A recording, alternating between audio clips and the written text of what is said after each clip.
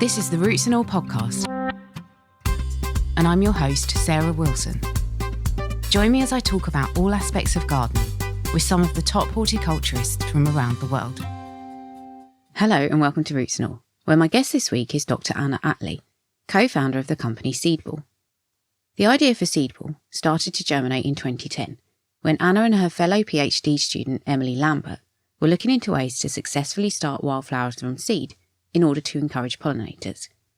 13 years later, and Seedball is stocked in respectable horticultural establishments all over the country, and their range continues to grow, with new and exciting seed packages being added all the time. Anna begins by explaining where the idea for Seedball came from.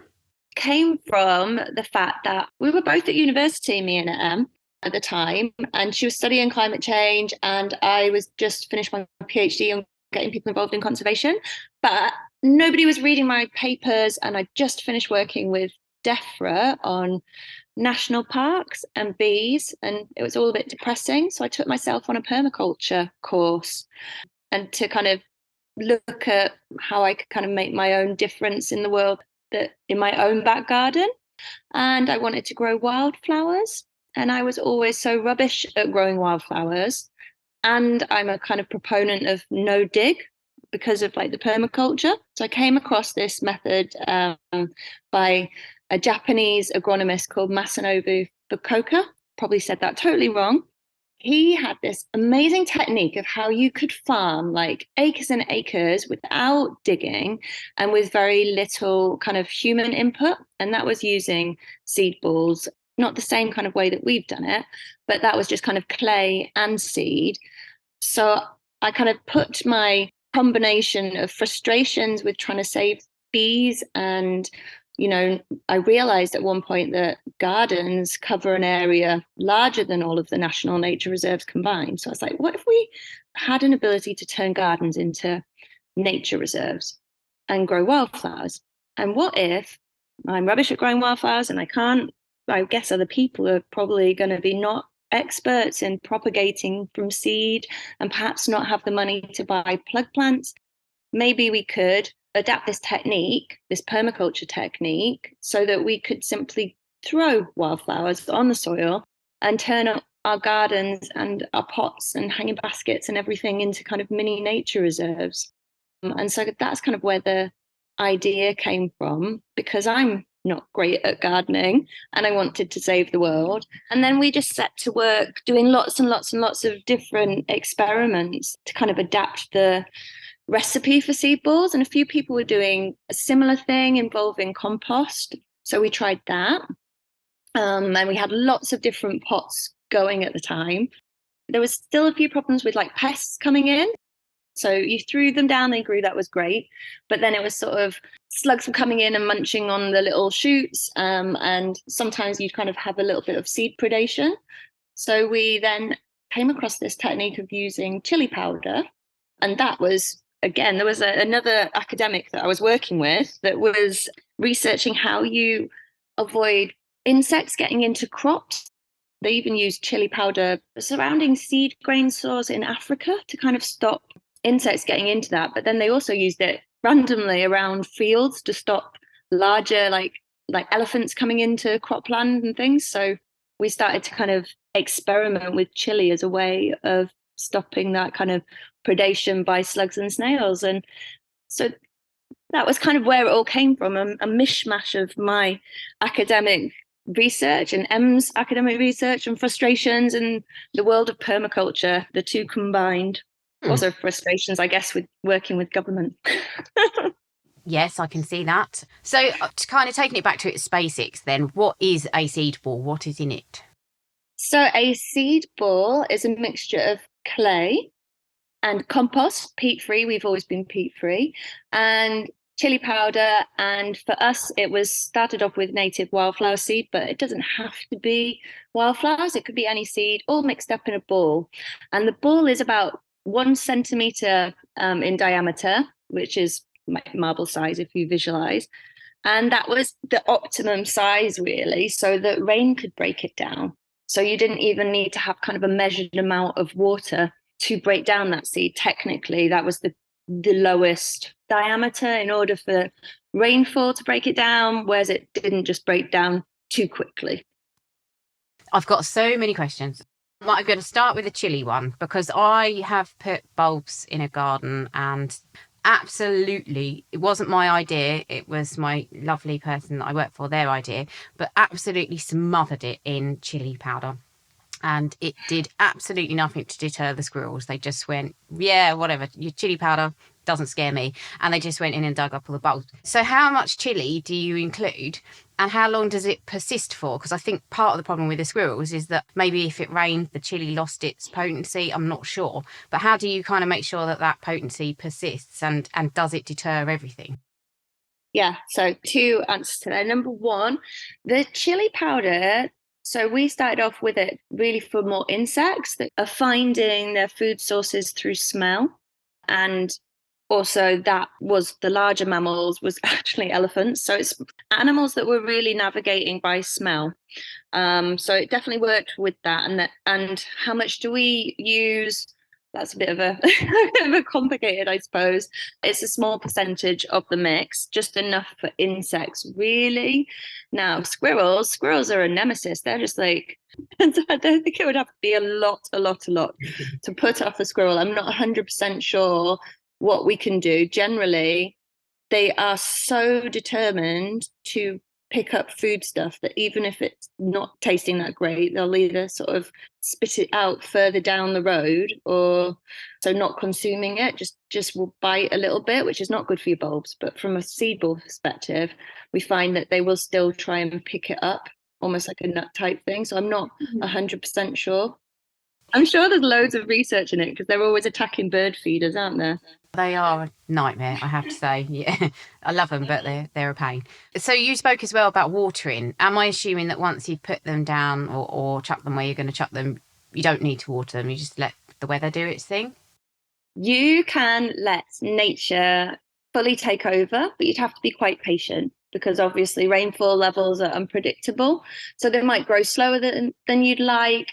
And if they start off and it gets drier, then you might find that the growth is affected in that way. But if you water regularly, that's great if you're looking for kind of a predictable, quicker result. Yes. And so I guess it depends on what sort of seeds, because you do a lot of different varieties of seedball. But I guess it depends. If you were looking at more of a kind of wildflower mix, then it would probably be chuck it down, I'm guessing, sort of during the colder months. Depends where you are, maybe not too early in case they then got to kind of overwinter and run the risk predation and all the rest of it through that time. So I suppose, like you say, you could chuck them down and the seed would remain viable, but you're really only going to get that germination at particular times of the year. We've put enough kind of seed in there that often you get that kind of succession anyway. So first burst comes forth, even with our like annuals, then there'll be more seeds that are kind of even coming through that didn't get started this time, that perhaps at the bottom of the board didn't happen. I don't know. So we tend to have different kind of levels of succession with it. And wildflowers, they love a cold snap. We've started actually putting them in the fridge here to improve their germination rates. It just helps break down the casing on the edge of the seed. So it gives them that bit of a head start, really. So autumn scattering is always the best time to go. But most people, I don't know whether it's that we've kind of conditioned from the gardening like industry, I don't know, to always put seed down in spring. But for our wildflowers, definitely autumn is a great time, and it doesn't have to be too late. Like we were putting them down, I think Christmas Eve like last year, and I've had the best display I ever had from putting them down at that point. Yeah, I think the weather's so weird, to be honest with you. All the rules gone out the window anyway. But it was interesting what you were saying about throwing them as well, or putting them in places. In fact, I keep referring back to all the different types of seedballs that you do, but do you want to just talk briefly about those different types? Yeah, we started off with really kind of a mixture of largely perennials for bees and butterflies. So that was our first starting off point. And we then added into those perennials a few more annual flowers, just so that you'd get a little bit more action in the first year, because perennials are just painfully slow to get going. And once they're established, they're absolutely amazing. And they come back more and more abundant every single year. As I'm sure you're aware, it's amazing, it's beautiful. But that kind of first spot where it's slow to grow, we found that adding in the annuals into the mixes is really good.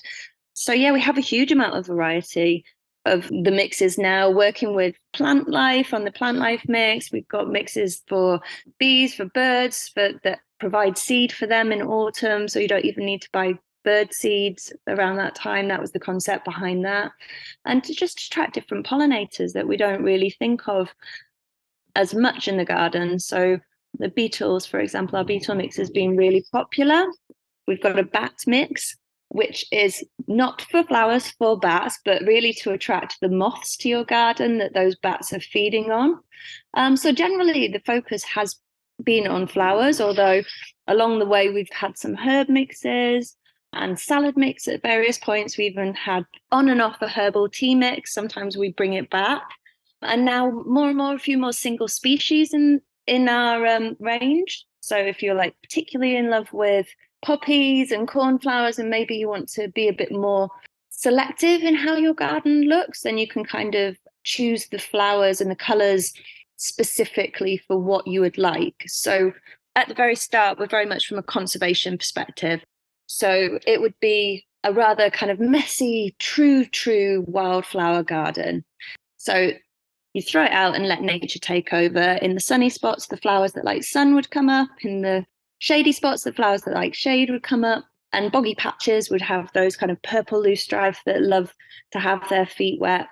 And you just let nature fully choose it. But as we've evolved as a company, we feel really passionate that everybody should have access to the different wildflowers. Those who like a more formal planting can actually pop them in and really predict what kind of height the flowers would look and exactly what a planting scheme they might like. Yeah, so we've evolved. I mean, people asked for shade mix and we came up with shade mix. So a lot of what we've done has been super collaborative with social media.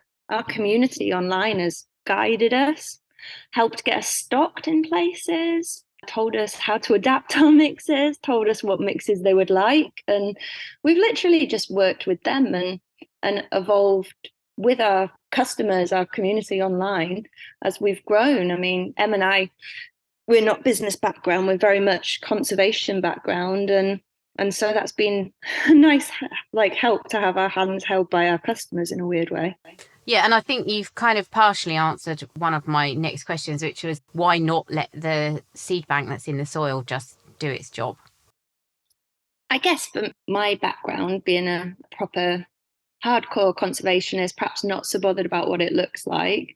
Yeah, that's amazing. That's true rewilding. Just let it come up. Although we've got a lawn mix at the moment, which has been so popular with daisies and dandelions, and those kind of memories of being on the lawn making daisy chains when you were younger. People really respond to that, and it's obviously great for nature. We were asked why, and it's come from demand because people living in new build houses, it's a very much a monoculture grass that's planted there, and a lot of the new housing that we've got doesn't perhaps have the seed stock. We tend to talk a lot about no mow May, which is really exciting, but that can be quite disappointing for people who are watching their new build lawns just really not do anything. So this is a way of kind of adding in a little bit of diversity.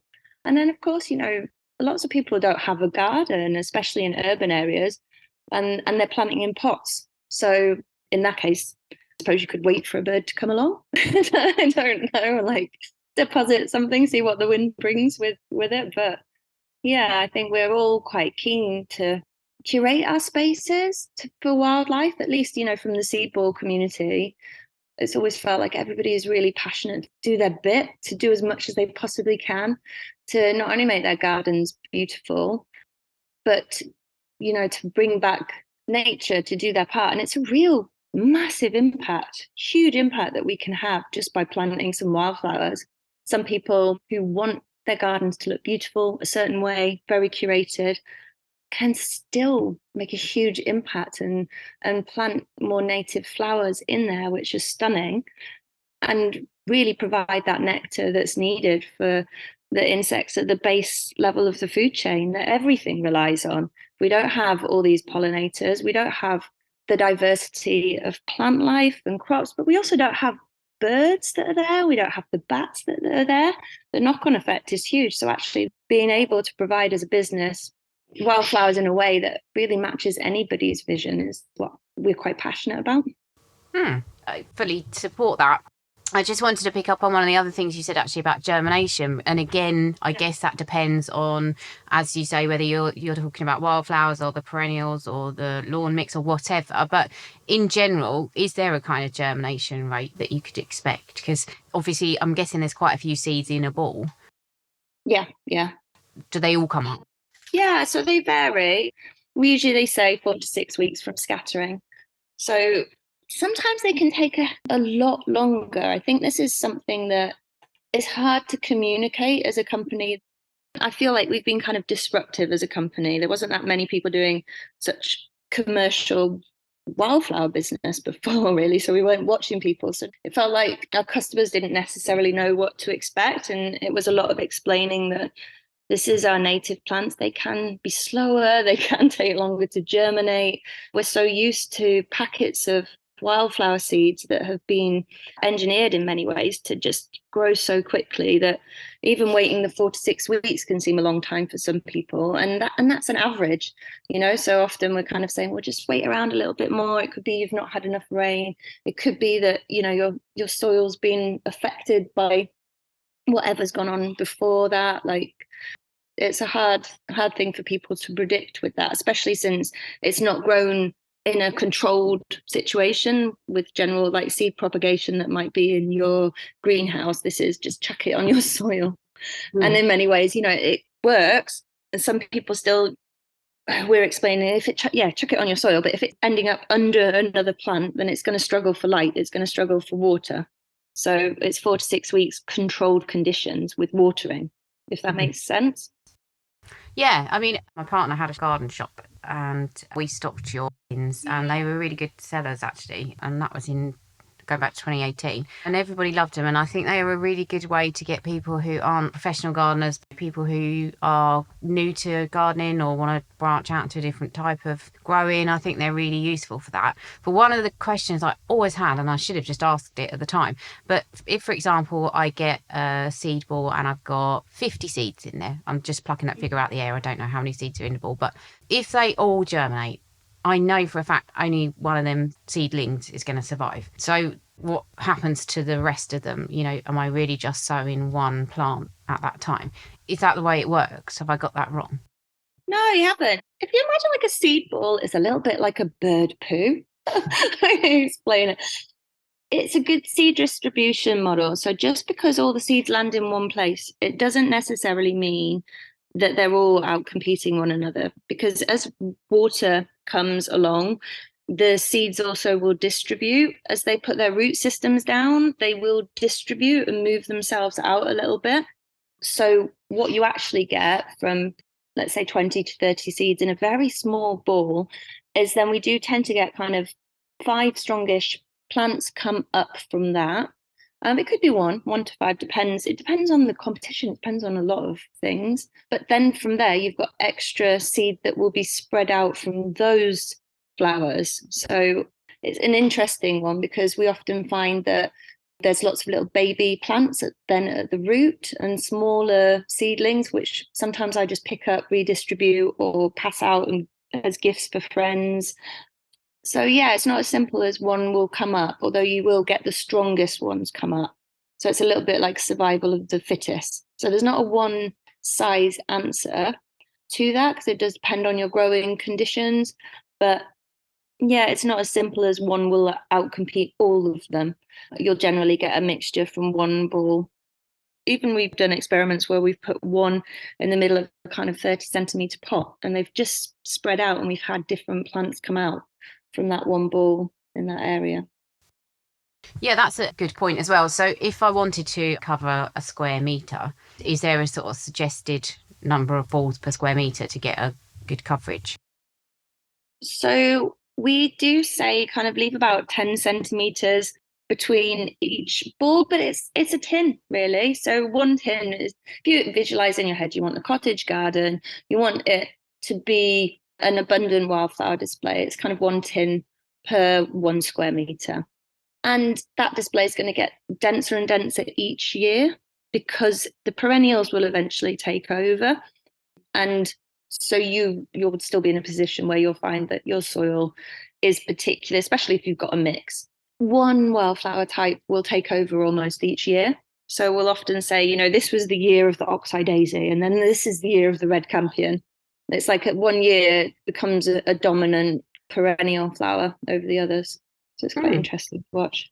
Obviously, I've referred to the big range of stuff that you've got, and you have got some really nice sounding mixes. And obviously, as well, you mentioned the single species. What's next on the horizon? Have you got anything that you're particularly excited about introducing? I get excited about all of it.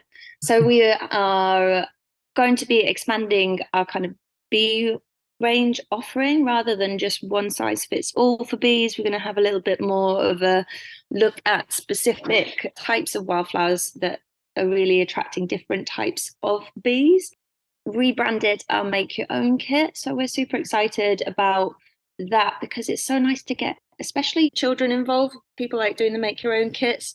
So yeah, we've kind of expanded from that. And the tube range, I'm not sure if you've seen those that have come across. We've slightly different packaging, slightly different offering. Again, the single species are really, that seems to be a flying off the shelf thing at the moment. So we've definitely expanding as much as we can with our single species range. That's a good point as well, actually. And again, another kind of preempted a question I was going to ask. Your tins are really pretty. Have you found that anyone uses them in a particularly ingenious way once the seed balls are used up? Oh, we love our tins. I forgot to say, yeah, we're gonna do a little bit of a revamp of our tins as well. It's our 10-year anniversary of our tins coming up this year. It was so exciting. We were debating, Em and I were looking, and we think it was maybe like March 10 years ago we launched our first tins.